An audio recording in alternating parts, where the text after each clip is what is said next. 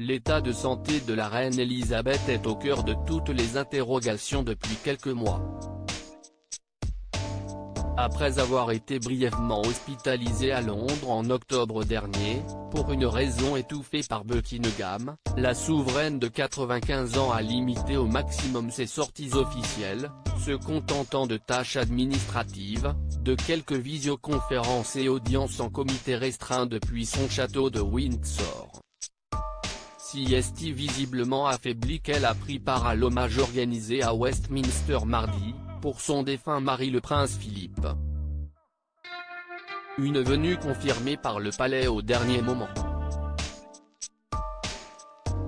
Il nie pas que la présence du décrié prince Andrew à son côté qui a suscité des interrogations mardi, si est protégé des photographes et des caméras qu'Elisabeth est arrivée et repartie de Westminster, comme si l'on voulait éviter de la montrer en mouvement.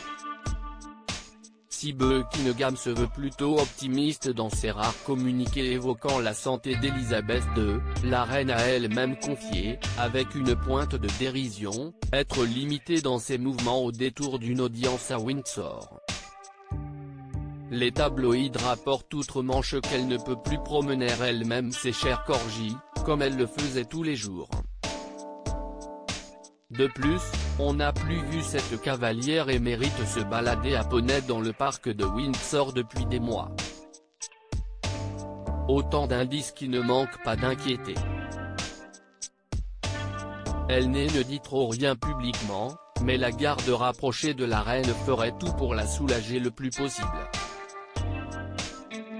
Si l'on en croit la biographe de la souveraine, Ingrid de Seward, citée par le magazine Gala du 31 mars 2022, un ascenseur aurait même récemment été installé à Craigiewan Lodge, l'un des refuges de la reine situé sur son domaine de Balmoral. Un ajout effectué avant les traditionnels congés d'été d'Elisabeth en Écosse, qui aurait coûté près de 25 000 €. Un médecin légiste déjà prêt uniquement entouré de ses plus proches conseillers depuis le début de la pandémie, à commencer par son secrétaire privé Edward Young, la reine est également surveillée de près par une équipe complète d'une quinzaine de médecins, gynécologues, ophtalmologues, dentistes, chirurgiens. Menée par Hugh Thomas, un gastro-entérologue réputé. Nos confrères précisent même qu'un médecin légiste a d'ores et déjà été choisi pour effectuer l'autopsie de la reine après son décès. Une précision macabre mais peu surprenante, quand on sait que le protocole funéraire est déjà prêt à la minute et au détail près et ce, depuis des années. Un plan d'action baptisé Operation London Bridge. Le palais est peut-être extra prévoyant, mais nous ne sommes là pour autant.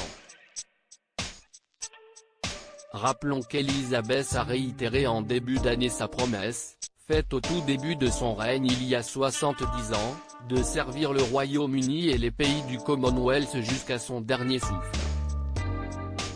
Mais, en aura-t-elle suffisamment du souffle, pour prendre part aux grandes célébrations prévues début juin pour son jubilé de platine ? Rien n'est moins sûr.